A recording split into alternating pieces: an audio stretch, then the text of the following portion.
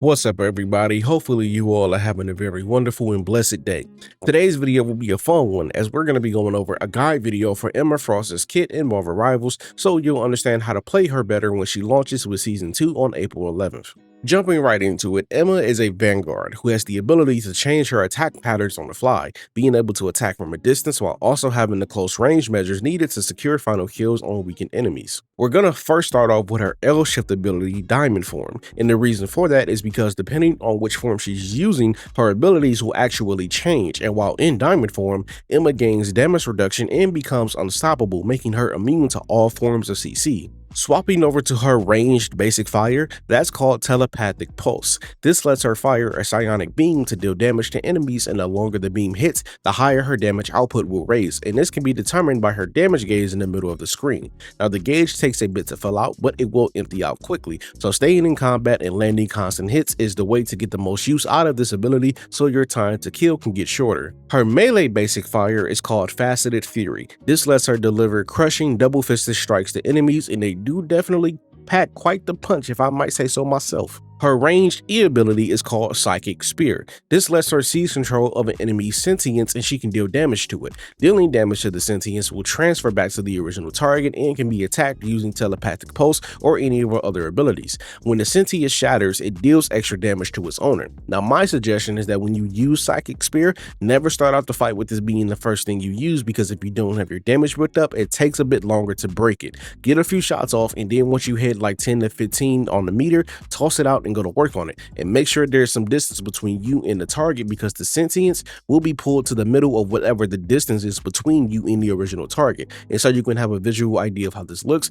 I'm going to show you side by side me attacking the sentience with a small amount of damage built up and with my damage almost fully maxed out. As you can see, it still hurts nonetheless, but an Emma that's maxed out on damage can truly bring the pain to even the tankiest of heroes. Her melee E ability is called Carbon Crush. In her Diamond Form, this makes her lunge forward to grab an enemy and then execute a backslam to inflict damage. This ability can also be used to pull someone out of an ultimate or stop them while it's active. For example, Emma can pull people like Spider-Man or Psylocke out of their ultimate and stop it from happening, or in cases where it's already active, she can grab people like Magic in her Darkchild form and still be able to hurt them. I was very much hyped doing this on stream because I had no idea that it would even work, but the fact that when timed right, Emma can pretty much counter any ultimate that doesn't grant invincibility on startup like Hellas is very crazy. Her ranged right-click ability is called Mind's Aegis. This creates a levitating barrier at the designated location, and the barrier can be placed wherever you want it and however you want it. It only has 500 health, but having a shield is still good nonetheless.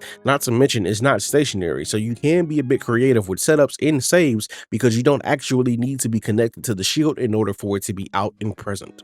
Her melee right-click ability is called Crystal Kick. In Diamond Form, Emma unleashes a flying kick forward and it knocks back her enemies. Now, if they collide with a wall or a structure, they take extra damage. And again, so you can have a better visual idea of how this looks, I'm going to attack both the practice bots right here, but I'm going to hit them in different directions so you can see the difference in damage output. Her ultimate ability is called Psionic Seduction. This projects forward a psychic assault that stuns enemies and prevents them from using their ultimates. It silences them, and if you keep the ability trained on them long enough, Emma will actually take over their minds, forcing them to walk towards her and they lose total control. Enemies that fall under your control will also be marked by a diamond icon over their heads, and this ability can be used to pull other enemy characters out of their ultimates as well. Her passive ability, Mind Link, lets Magneto and Psylocke summon mental projections of themselves that will confuse the enemies, as the projection will both move and cast abilities when they do, and if they use their ultimate ability while the projection is still out, then the projection will start attacking enemies on its own. Now overall, when it comes to playing her, I will say that the key to getting the bigger bang for your buck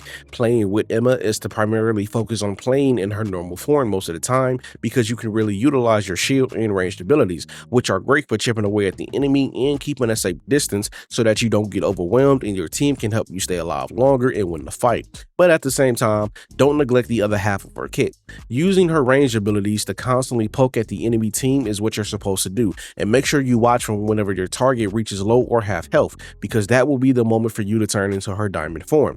Because besides the defensive boost that you get from it, the body slam it can combo can wipe out a lot of duelists and strategists from around 40% health, and if you time it right, deck is pretty much a guaranteed kill. So again, open up the fight with your ranged abilities, and when the enemy is low, swap over to her diamond form and her melee to finish off the kill and then repeat the process. But hey, who am I to dictate how you play the game? The most important thing is just to have fun with the character. And remember, it's okay to switch up if things are not working out for you. Sometimes it just might be the fact that the character isn't for you, and that's totally fine. It's all a part of the process. But with that being said, that's going to go ahead and bring us to the end of the video. Hopefully y'all have had a great time here. Hopefully I was able to shed a bit of insight on how to play Emma Frost for you all, so that when you get your hands on this character on April 11th, you will know what you're doing. And again, if you enjoyed the video, please remember to like, share, and subscribe, and smack that notifications bell so you won't ever miss out on any of my future Marvel Rivals related videos, and I will catch y'all in the moonlight.